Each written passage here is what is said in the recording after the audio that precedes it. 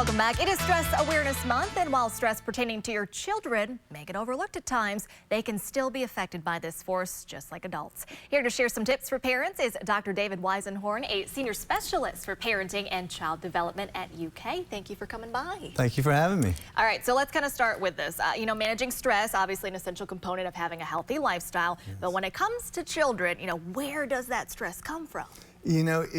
It's funny because it comes pretty much the same places that we get stress. Okay. It comes from our environments for the most part. So those for children are typically home, school, and then community. As you report all the time about things going on in the community, some of those tragic events that are happening have a big effect on our children. And not only do those have effect, but just the things that are happening in school and at home. And those can be good or bad. I mean, some good stressors can happen, just like maybe having a new sibling join the family, or moving, or maybe graduating grades in school. Those, so positive and negative. But one of the things that I think where most parents may forget or overlook is just the way that our children are great observers. Oh, yes. They're always watching us, and oftentimes children really mimic the way that their parent or caregiver feels. Sure. And so parents need to take into note that oftentimes our stress can be some of the reasons that are precipitating the stress in our children. Sure. So what does it all kind of look like? Yeah, most of the time it'll come behaviorally. So when you see stress for little children, you might see more clingy behaviors or fearful. They might have regression in maybe going back to bedwetting or night terrors or something like that. As that child grows, and we're talking about middle schoolers or teenagers, that might look more like irritability, moodiness, changes in sleep, changes in eating behaviors, and a plethora of other things, but mainly just in behavioral. So why is it so important then to, help children deal with this stress and not kind of overlook it or say like, oh, they'll be fine? I think just recently the CDC reported, the Center for Disease Control and Prevention, in 2023 in February, and they noted the mental health state of all children, young to adult, and it's on the rise.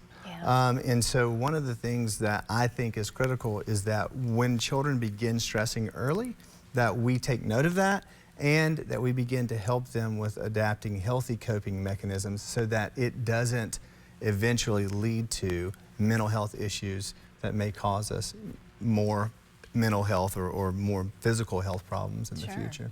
Okay, so how can parents or caregivers then help children manage this stress? The first thing I'd say is be a good observer. Okay. It's, the things I was mentioning, and you even chuckled, the behavioral, like the irritability, the moodiness, that's all kind of developmental, right? And changes in sleep patterns. And so if we go unchecked, if we go without talking to them, we might think this is just developmental normalcy.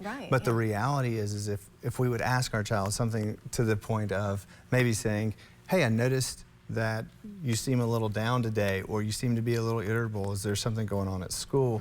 That sounds a lot different than, hey, are we still mad about what happened last week? Again, we got the attitude. While those are both questions, those they revoke different responses. Right? One really wants a response. The other one is kind of more of a jab. So that would be the first thing I would say, is observing. I'm just curious, is there anything maybe parents or caregivers do that's maybe not so good when it comes to handling stress with kids? Probably just showing how stressful it is and kind of lashing out, as we do. Listen, I'm a parent too, so I get it. It's not about perfection, but it is about being mindful and aware of how we're responding to our own levels of stress, because our children will mimic that. They'll adopt that and take that on as if it's their own. Well, some very helpful tips for sure for all of us to take into account. Dr. Weisenhorn, thank you so much for joining us today. We really appreciate it. Thank you for having me. Stick around. We've got to look at your headlines right after this.